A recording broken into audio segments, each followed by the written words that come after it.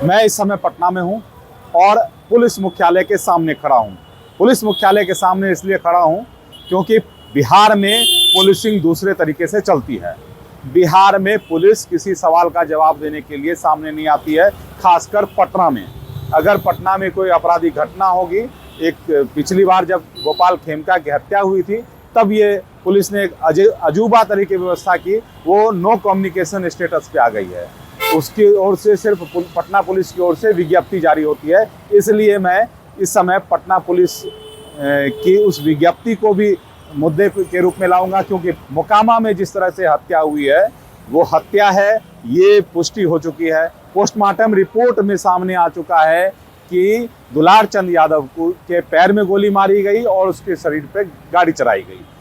अपराधी है, अपराधी था, अपराधी थे, जो भी पुलिस का करना है वो अपनी जगह पर है, लेकिन किसी की हत्या होना, वो भी चुनावी रैली के चुनावी कार्यक्रम के दौरान, चुनाव प्रचार के दौरान, ये एक बड़ा सवाल है। लेकिन बड़ा सवाल का जवाब अब आप पोस्टमार्टम रिपोर्ट में देखेंगे। पोस्टमार्टम रिपोर्ट में क्या आया? पोस्टमार्टम रिपोर्ट में आया कि गोली तो पैर में मारी गई, गोली निकल भी गई और गोली से मौत नहीं हुई। पहली चीज़। दूसरी चीज़ ये कि मौत इसलिए हुई कि गाड़ी इस जगह से चढ़ गई थी और अंदर का हिस्सा तितर बितर हो गया, अंदर ही अंदर सारा चीज़ फट गया। जब इसके अंदर पे गाड़ी, रिब्स के अंदर गाड़ी चढ़ती है, इस पे गाड़ी चढ़ जाती है तो वो टूट जाता है। क्योंकि मजबूत बलिष्ठ व्यक्ति थे तो बाहर नहीं पता चल रहा था, लेकिन अंदर से सब कुछ डैमेज हो गया था। इस जगह पे गाड़ी चढ़ी थी। तो अब देखिए कि वो क्या हुआ। पुलिस जो कह रही है उस हिसाब से, पुलिस जो कह रही है, अभी पुलिस कह नहीं रही है, पुलिस ने जो लिखित दिया है उस हिसाब से और पोस्टमार्टम रिपोर्ट से तीन FIR हुए हैं। FIR दोनों तरफ से भी हुए हैं, पुलिस ने भी अलग से FIR किया है, सब कुछ है। लेकिन पुलिस गिरफ्तारी किसी की नहीं करेगी। मैं या अमर उजाला किसी भी पक्ष या विपक्ष की बात नहीं कर रहा है, सिर्फ फैक्ट की बात कर रहा है कि आखिर होगा क्या, इस चुनाव में असर किस पर पड़ेगा। इस चुनाव में मोकामा विधानसभा क्षेत्र में सूरजभान सिंह की पत्नी चुनाव में थी, चुनाव में है महागठबंधन प्रत्याशी के रूप में। उसके अलावा जनसुराज के प्रत्याशी हैं और अनंत सिंह जनता दल यूनाइटेड से राष्ट्रीय जनतांत्रिक गठबंधन के प्रत्याशी हैं। उन पर असर पड़ेगा कैसे, ये मैं बता रहा हूँ थोड़ा सा।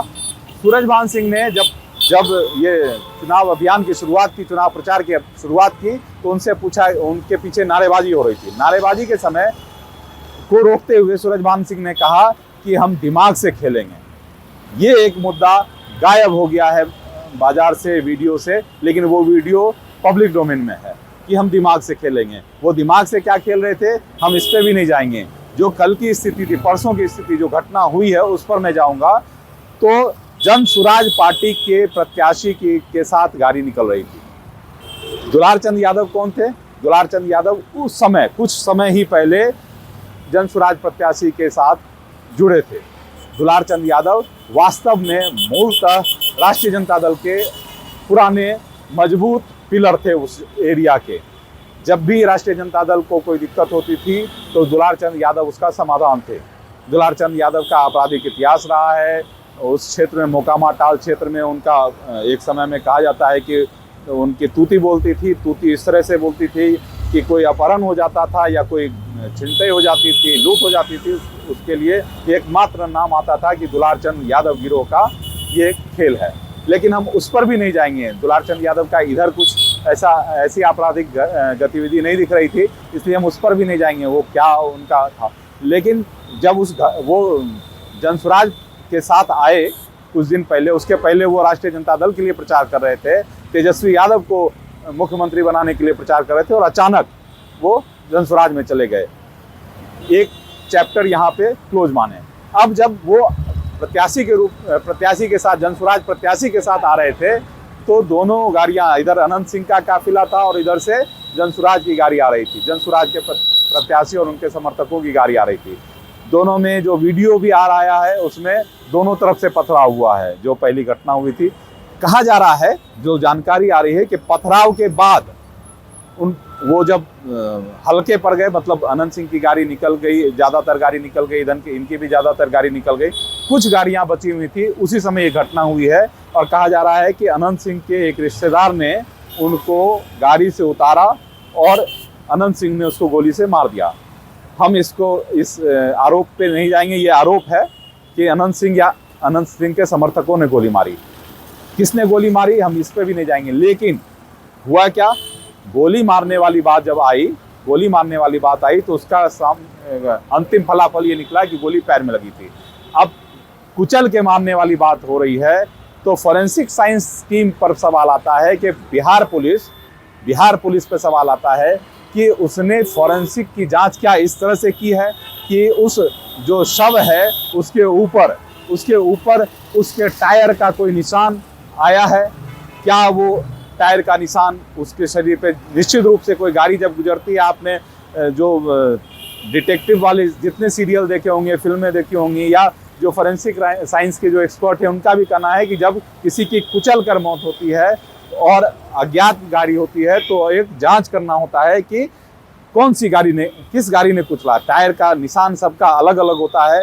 और अगर थार की बात आ रही है, अगर उसका प्रमाण थार, उस काफिले में बहुत सारी थार गाड़ियां दिख रहती हैं, तो सबसे पहले ये देखा जाना चाहिए था कि वो टायर का चिन्ह जो है इस जगह पे क्या आ रहा है, उसकी मार्किंग क्या है, टायर की चौड़ाई क्या है, टायर का निशान कितना गहरा है, क्या उसका जो रबर का जो निशान बनता है उसका जो पैटर्न है वो क्या है। उससे अगर उसका मिलान किया जाता कि हाँ उन जो जितनी, चाहे जनसुराज की गाड़ी थी, चाहे अनंत सिंह के काफिले की गाड़ी थी, सभी गाड़ियों के टायर की जांच के साथ उसके जांच करते हुए उसका मिलान किया जाता तो ये एक रिजल्ट की ओर जाता। अन्यथा जो मुझे नजर आ रहा है कि अब ये दुर्घटना के रूप में भी इसको मान लिया जाएगा। कानूनी तौर पर आगे की लड़ाई जब होगी तो क्या आएगा, गोली से मौत हुई नहीं तो गोली की पहचान से कोई बहुत होना नहीं है, कुछ परिणाम नहीं आना है।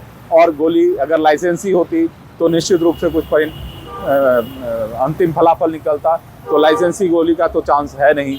और दूसरा ये है कि जब टायर का निशान आपने नहीं लिया तो आप कैसे मैच करेंगे। शवदाह हो चुका है, इसलिए उसमें अब कुछ बच नहीं रहा है।